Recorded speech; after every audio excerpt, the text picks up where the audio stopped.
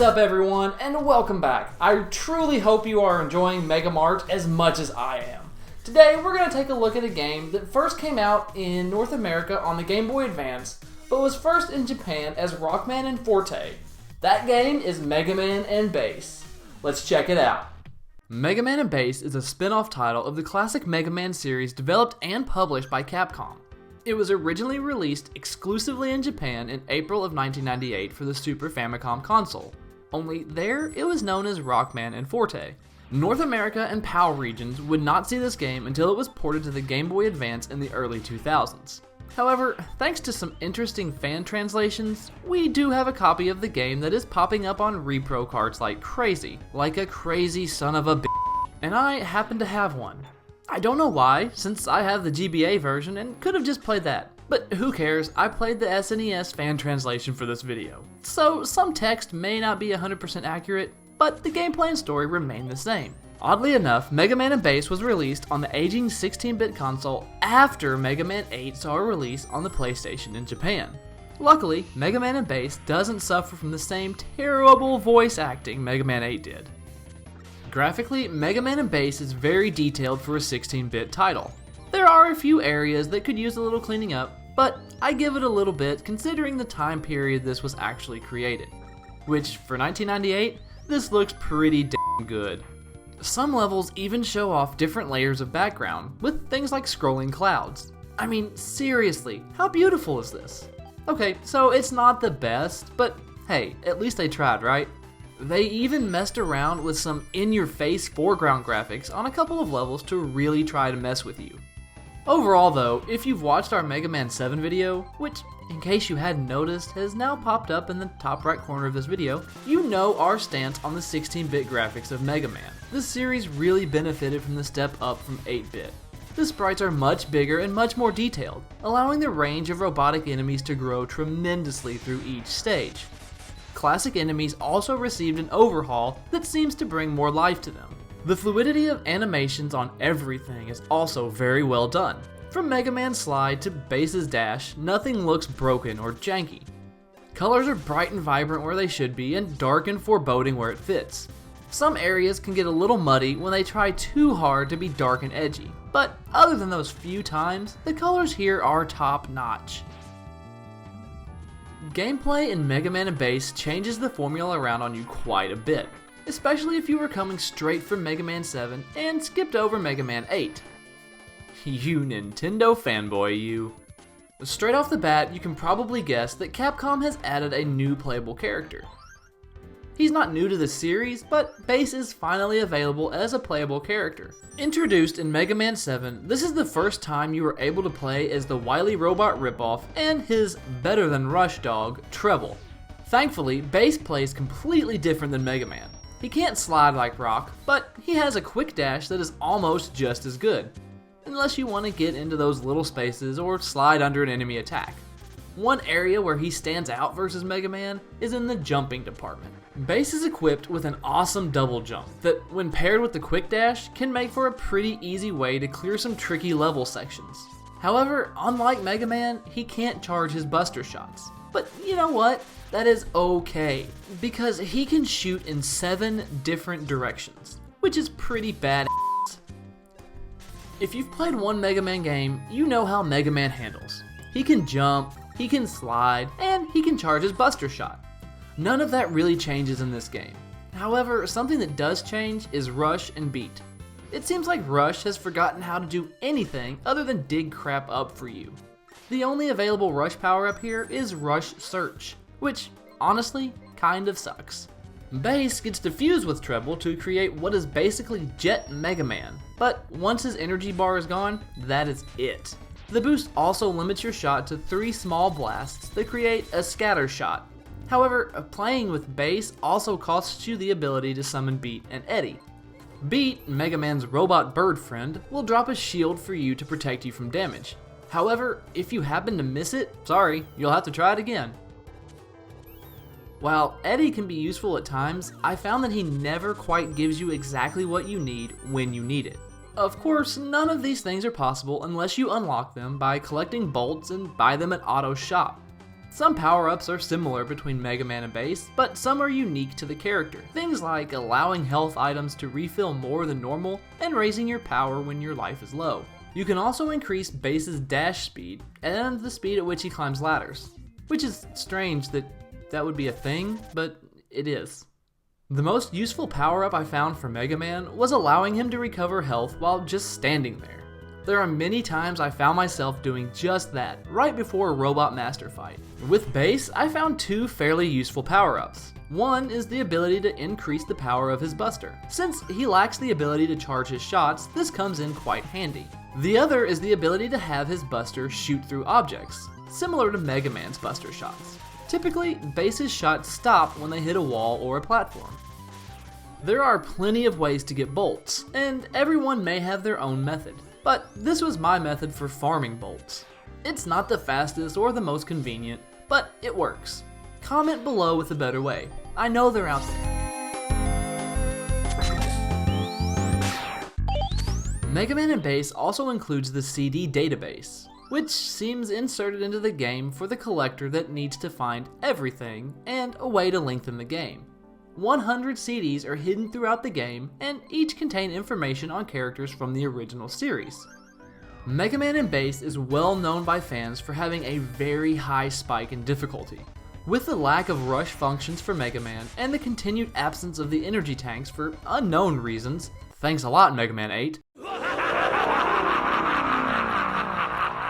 Megaman and Bass will take some skill and is not very friendly to the casual player.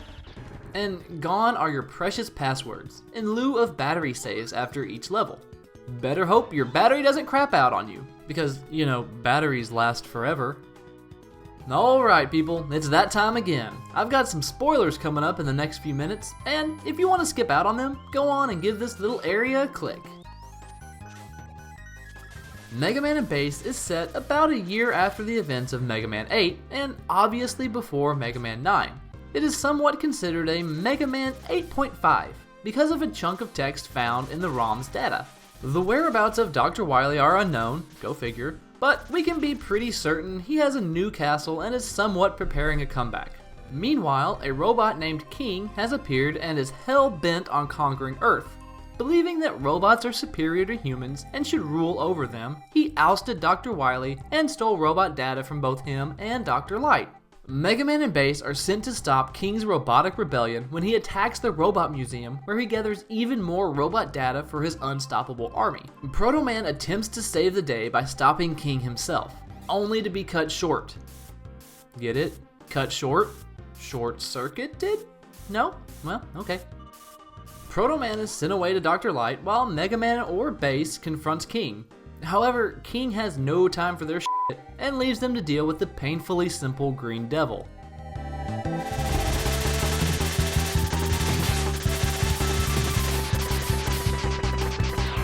Unlike other Mega Man games, you were only given the option of 3 Robot Masters to start with. From there, the paths branch off and more levels are opened up. However, like previous Mega Man games, levels can be easier or more difficult depending on which weapon powers you have obtained. After defeating all the Robot Masters, the Crystal Gate is unlocked. Here you must figure out which power to use in the room in order to destroy a block. Destroying the block earns you a Mega Bolt. No, seriously, the thing is f***ing huge. Just look at it! It was at this point in the game I realized I have no idea how to steer the remote mine.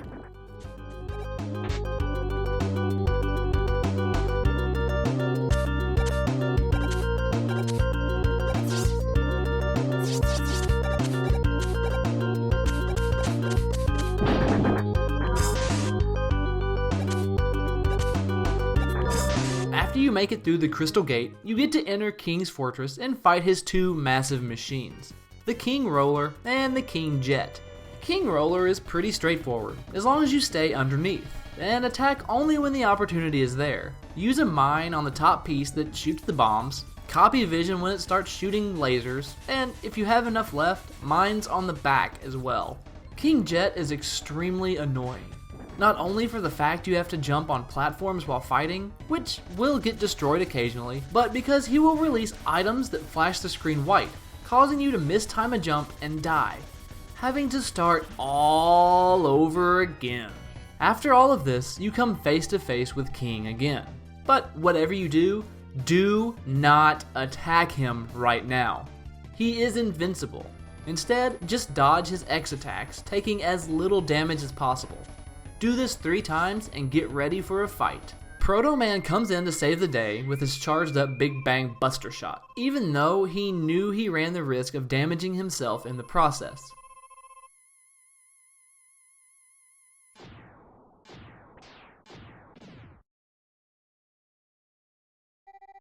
After he releases it, he does manage to destroy King's shield, but passes out shortly afterwards. With King's shield destroyed, you are free to fight and destroy him like every other robot up to this point.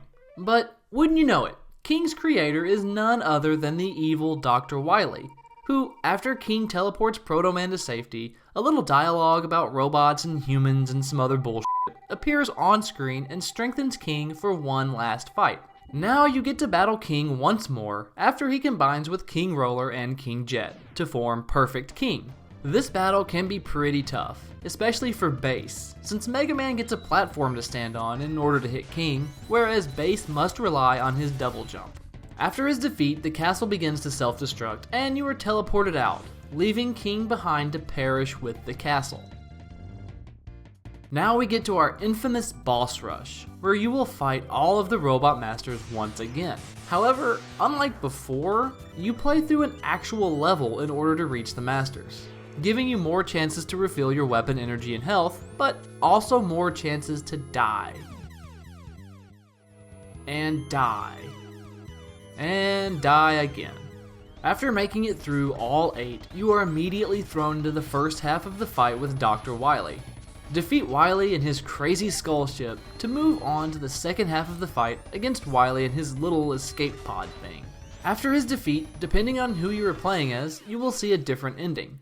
For Mega Man, he returns home where Roll hands him a letter from King, who somehow escaped the castle. King hopes to make up for his crimes and wants them to be friends should they ever run into each other in the future.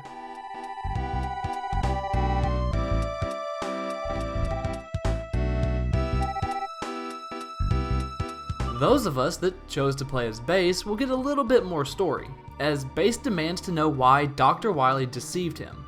Wily tells Bass that he created King to test Bass's abilities and reveals plans to create a newer version of King. Proto Man, who is conscious once again somehow, shows up and destroys these plans immediately. Wily then demands that Bass destroy Proto Man, but Bass hesitates and Proto Man reveals that Bass will never defeat Mega Man because he has nothing to fight for. And that's all Inafune wrote for Mega Man and Bass. With the introduction of Bass as a playable character, the game can feel much different than typical titles in the series.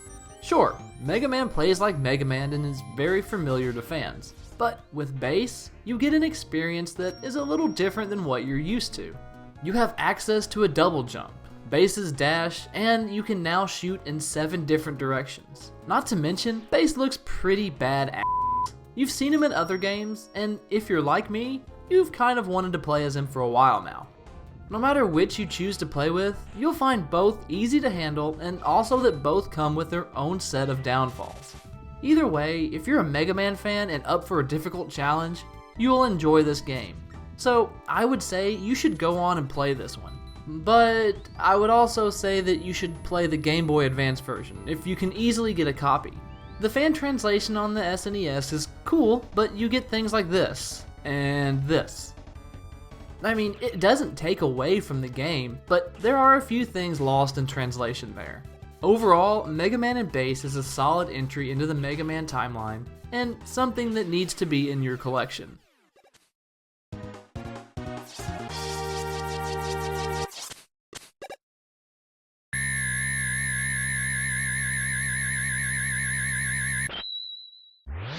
So there you are, everyone. That is Mega Man and Bass on the Super Nintendo, or the Super Famicom and Rockman Forte, depending on where you're at.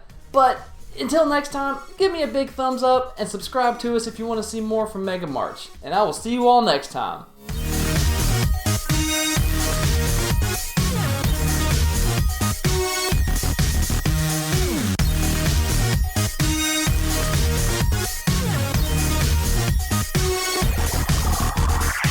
But where is Dr. Wily? That's a good question. We may be able to locate another energy emission from the radar room. When we find that meteor, we'll find Dr. Wily.